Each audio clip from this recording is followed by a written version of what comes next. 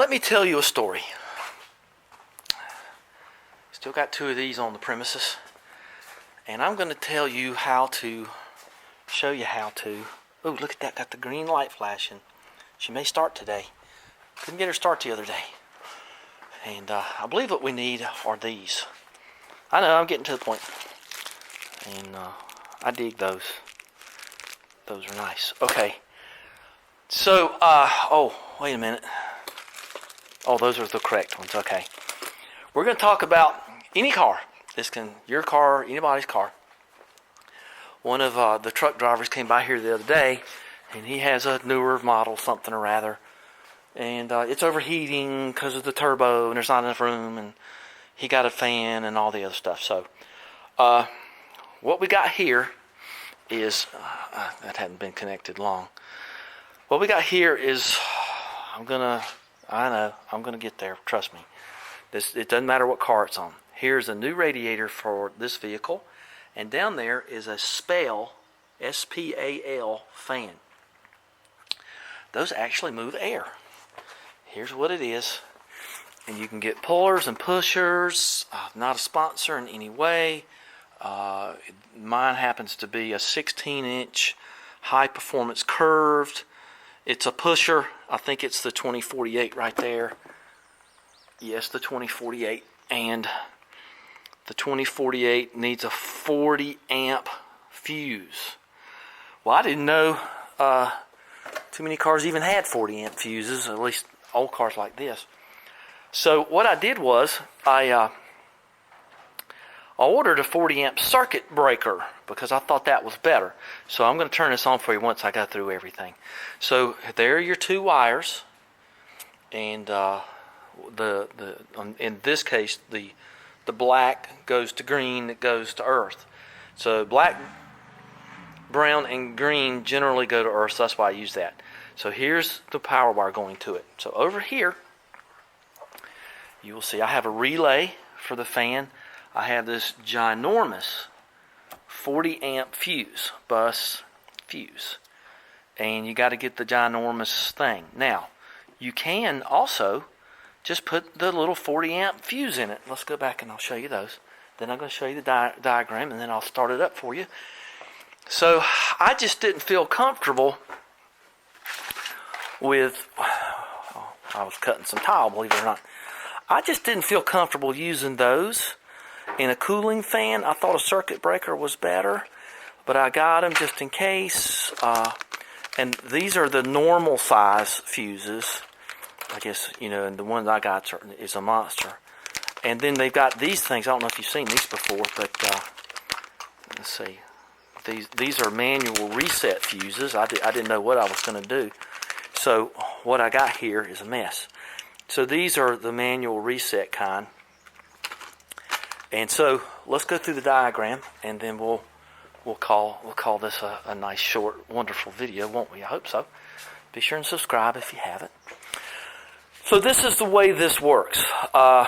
This is old, but it does the same thing. Some of the names have been changed to protect the innocent. So there's your battery going to black, earth. This is a 40 amp circuit breaker, not a 20 amp, and you're going to have 2 powers coming off this. One going to the 30 terminal of your relay, and one going to your fancy switch that you got from Sparkfun. And I'll show you those in just a second. Also not a sponsor. And that looks like a funky switch because I have a lamp symbol here. So the switch I'm about to show you has a terminal that goes to earth. You have to be the right continuity here to make the lamp work in the switch.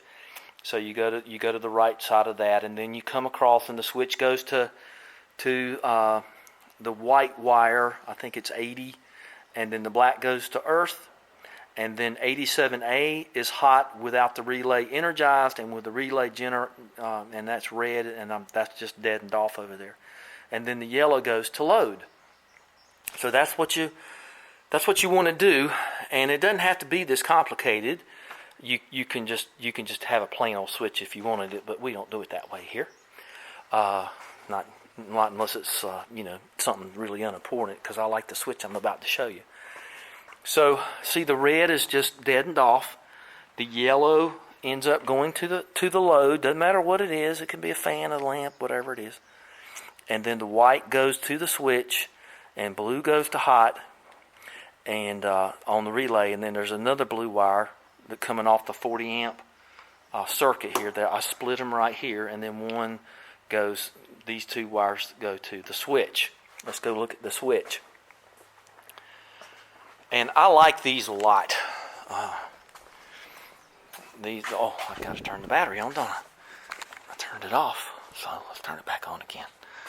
So all you got to do is remember to do that, and then to connect it and disconnect it.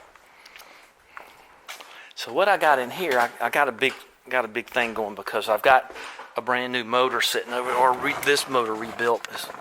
So I've got mechanical oil. This will turn on the air fuel system, so I can tune my Edelbrock.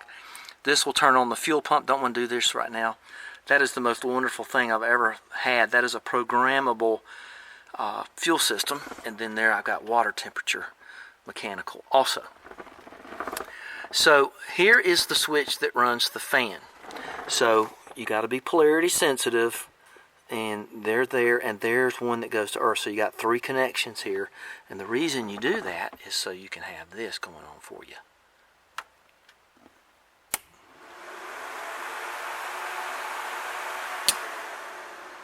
I like these switches a lot. So in order to show you the difference, it's unbelievable how much more airflow you get out of these. I mean,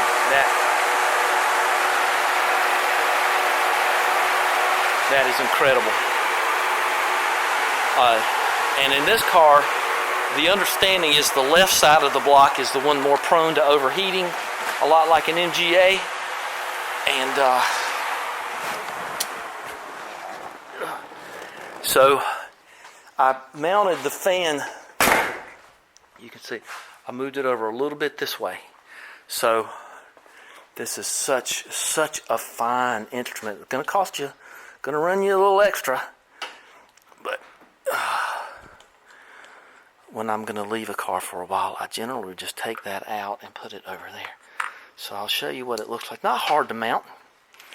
And this, I've got the original radiator in the back, but there's the SPAL curve fan.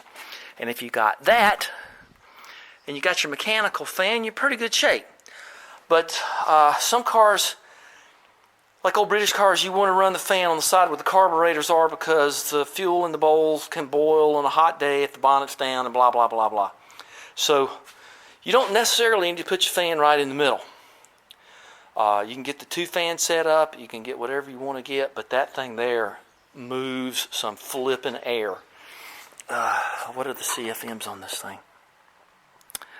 I don't think it tells you, but it's enough. They got all this other stuff too. There's your relay. You really should have a relay in this. And there's the fuse you just saw. And they have little rubber gaskets and thermal switches and all kinds of stuff like that. So the only thing you might run into is just having the room. This car has air conditioning, although I never use it, but it does work. It's an old vintage air system. So make sure you got enough room to do what I'm doing here. First of all, when you look it up, make sure you got enough depth. You may have to manipulate some stuff around. This thing is a boat, so you don't need to worry too much about that, but you do need to be concerned that you don't do any damage. So there'll be more on Bonnie here coming up soon. I got to go get parts for the motor grader now, so I just thought I'd go through a little quick diagram on how to do this. And it doesn't, like I say, just load. It doesn't have to be a fan. It can be your light bar, and everything will just be so much happier with a relay and just taking a little extra time. And it also takes the stress off your switch too, because the switching happens in here on that little coil thing. Okay, give me a thumbs up. Be sure to subscribe, and we'll talk later. Bye-bye.